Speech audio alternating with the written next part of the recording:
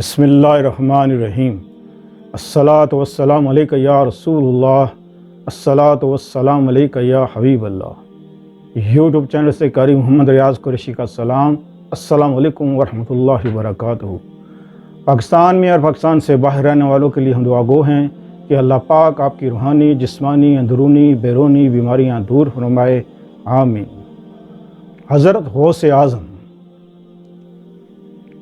ایک واقعہ ہے کہ آپ جنگل میں سوئے ہوئے تھے کہ اچانک آپ حضور صلی اللہ علیہ وسلم خواب میں تشریف لائے۔ آپ حضور صلی اللہ علیہ وسلم نے حضرت غوث اعظم کا ہاتھ پکڑا اور کہا، اے محی الدین اٹھ، اللہ نے تجھے اس لیے نہیں بھیجا کہ تو دنیا کو چھوڑ کے جنگل میں تنہا لیٹا رہے، بلکہ اس لیے بھیجا کہ تو میرے دین کو زندہ کرے۔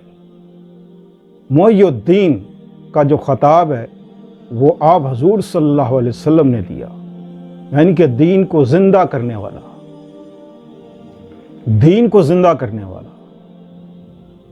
تو آپ حضور صلی اللہ علیہ وسلم نے فرمایا، اے غوث اٹھو اور میرے دین کو زندہ کرو۔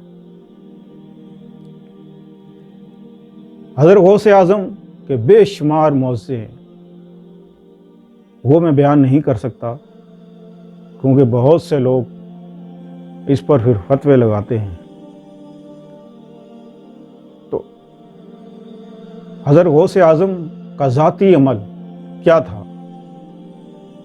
ایک تو یہ کثرت سے اللہ کا ذکر کرتے تھے اور دنیا کی چاہت ان کے دل میں نہیں تھی، یعنی کہ دنیا کی دھن دولت سب کچھ بے شمار سب کچھ تھا، لیکن دل میں صرف ایک رب تھا، ایک رسول تھا، محبت تھی۔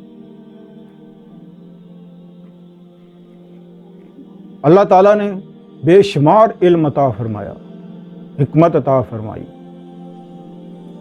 اور حضرت غوث اعظم کا ایک خاص عمل جو میں آپ کو بتانے جا رہا ہوں، اور یہ اس کی اجازت عام ہے، آپ سب لوگ تمام سب کو یہ اجازت ہے کہ یہ عمل وہ کریں اور اپنی تمام حاجتیں پوری کریں۔ گویا کہ آپ کے اوپر کتنی ہی سے کڑی مصیبت آ جائے، پریشانی آ جائے، آپ کو کچھ بھی دنیا کا حاصل کرنا چاہتے ہیں تو یہ عمل آپ کرتے رہیں، آپ کی حاجتیں پوری ہوتی رہیں۔ یہ عمل غوث اعظم کو کہاں سے ملا؟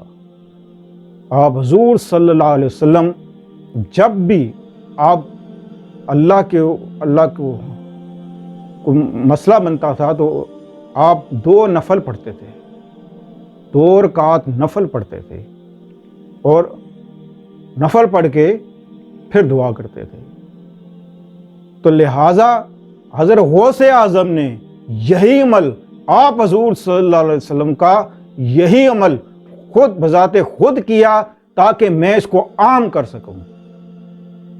حضرت غوث اعظم کے پاس جو بھی شخص آتا تھا اپنی پریشانیاں لے کر، ایک تو آپ اس کے لیے دعا فرماتے تھے اور دوسرا اس کو یہ تاکید کرتے تھے کہ بیٹا جب کوئی پریشانی مصیبت آ جائے تو 2 رکعت نماز نفل پڑھ لیا کرو اور اس کے بعد 1 تسبیح درود شریف کی پڑھ لیا کرو، تو جتنی بھی پریشانی ہو وہ آپ کی دور ہو جائے گی انشاءاللہ عزیز۔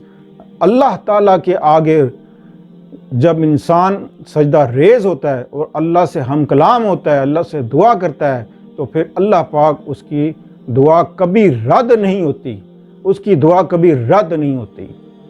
دعا ضرور قبول ہوتی ہے، خواہ فوراً ہو جائے، اس میں کچھ وقت لگ جائے، اگر نہ ہوئی تو اس کا ثواب آخرت میں اللہ پاک اتنا عطا فرمائے گا کہ انسان کہے گا کہ اللہ مجھے دنیا میں واپس بھیج دے اور میں دعا کرتا رہوں گا لیکن میری کوئی دعا قبول نہ کرنا، یعنی کہ اتنا بڑا اجر اس دعا کا ملتا ہے۔